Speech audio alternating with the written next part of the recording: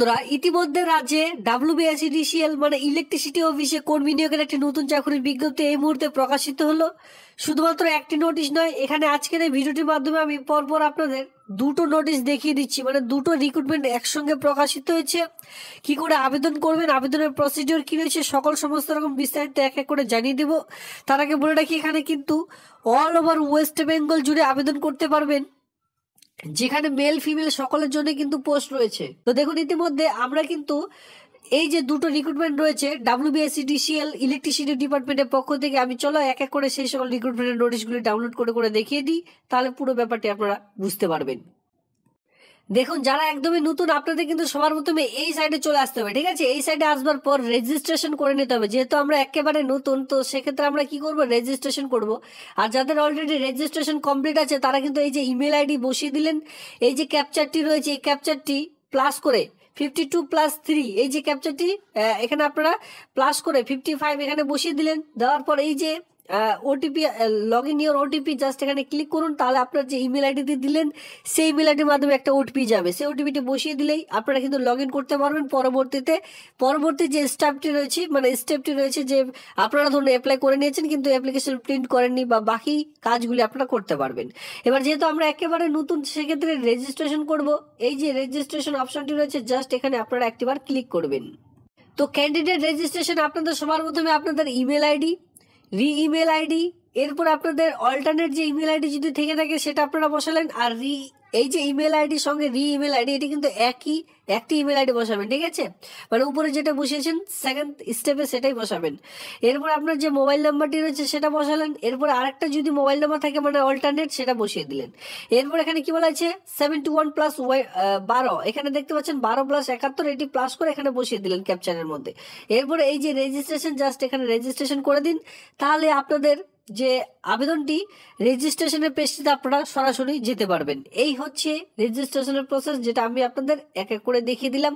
পরবর্তীতে আপনাদের কিন্তু লগ ইন করে বাকি স্টেপগুলি ফিল আপ করতে হবে, যেখানে ছবি আপলোড থেকে শুরু করে আপনাদের অ্যাড্রেস ফিল করতে হবে, ঠিক আছে?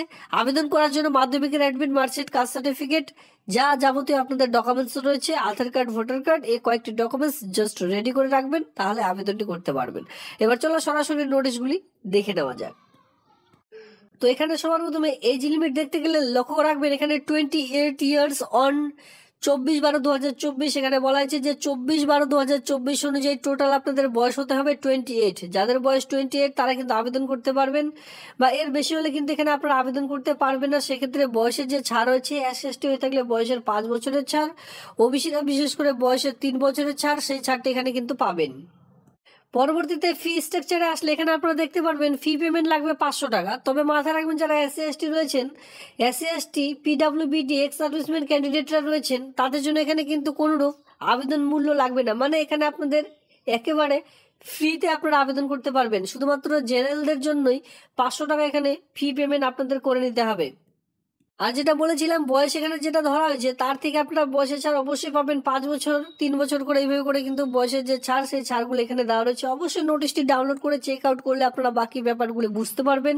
এবার এখানে লাস্ট ডেট, ফার্স্ট ডেট কি রয়েছে দেখুন। এই আবেদনটি শুরু হয়েছে এই মাসেরই 4/12/2024 তারিখ থেকে, আর আবেদনটি চলবে 24/12/2024 তারিখ পর্যন্ত। এই মাসের 24 তারিখ পর্যন্ত আবেদনটি করতে পারবেন।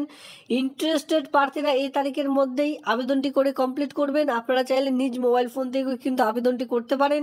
এবার আবেদন করার জন্য আপনাদের কিন্তু এখানে পুরো ব্যাপারগুলি দেওয়া রয়েছে। বিফোর রেজিস্ট্রেশন সাবমিট কোন কোন ডকুমেন্টসগুলি লাগবে, অল্টারনেট মোবাইল নাম্বার থেকে শুরু করে কোন কোন ডকুমেন্টসগুলি আপনাদের সঙ্গে থাকতে হবে, সমস্ত রকম বলা রয়েছে।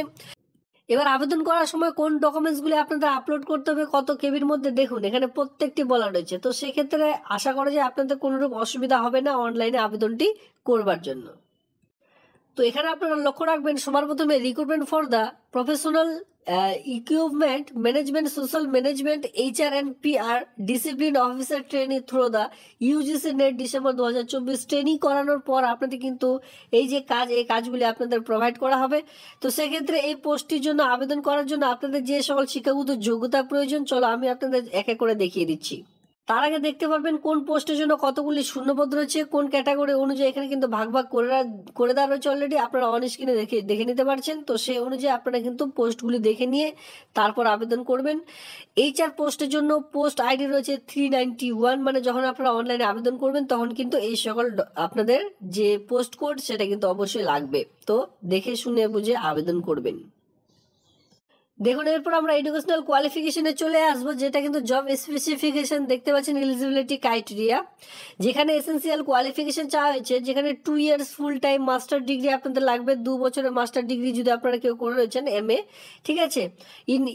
ইন কি নিয়ে দেখতে পাচ্ছেন, এনভায়রনমেন্ট সায়েন্স নিয়ে অথবা ন্যাচারাল রিসোর্স ম্যানেজমেন্ট, ঠিক আছে, environment engineering or equivalent with first class from a recognized board আর ইউনিভার্সিটি নিয়ে যদি আপনারা কেউ পাস করে থাকেন, ফার্স্ট ক্লাসে যদি ধরুন আপনারা MA পাস করে রয়েছেন এই সকল বিষয়ের উপর, যেটা আমি বলে দিলাম, এই সকল ডিগ্রির উপর, তাহলে কিন্তু এখানে আপনারা আরামসে মানে খুব শীঘ্রই এই আবেদনটি করে নিতে পারবেন। সঙ্গে আরও কিছু চাওয়া হয়েছে, যেখানে আপনারা দেখতে পাচ্ছেন অফিসার ট্রেনি, যারা বিশেষ করে অফিসার ট্রেনি পোস্টে আবেদন করবেন তাদের জন্য 2 টাইম ফুল, এখানে দেখতে পাচ্ছেন অফিসার ট্রেনি সোশ্যাল ম্যানেজমেন্টে যারা আবেদন করবেন 2 years full time master degree আপনাদের লাগবে, social work with first class from recognized institute university থেকে কিন্তু আপনাদের ফার্স্ট ক্লাস ডিগ্রি করতে বলা হয়েছে সোশ্যাল ওয়ার্ক নিয়ে, ঠিক আছে।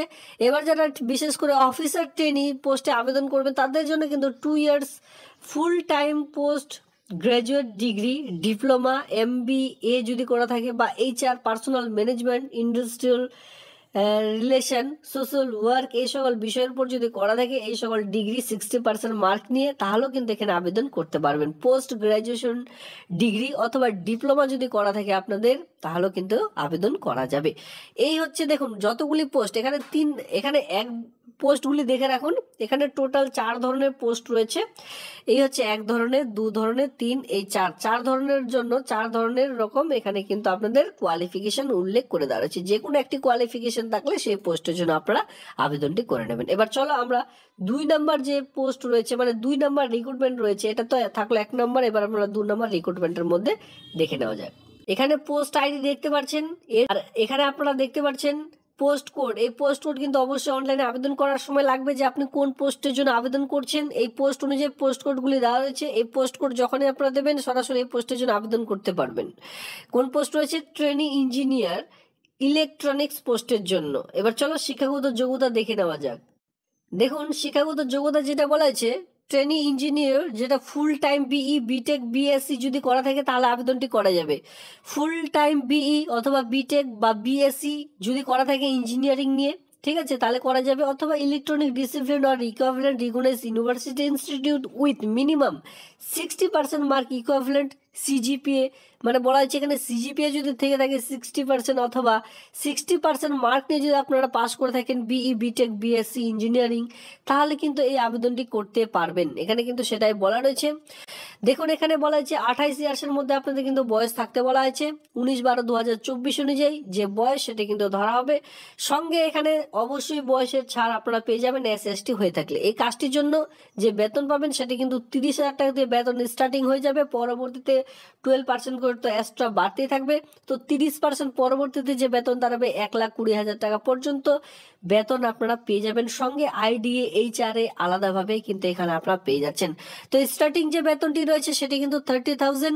তো অবশ্যই আপনারা এই 30,000-এ যদি কেউ ইন্টারেস্টিং থেকে থাকেন বা এই বেতনে যদি কেউ চাকরি করতে চান, আপনার কাছে রয়েছে BE, BTech, BSc, তো সেক্ষেত্রে আর বেশি দেরি না করে এই আবেদনটি অবশ্যই আপনারা করে নেবেন।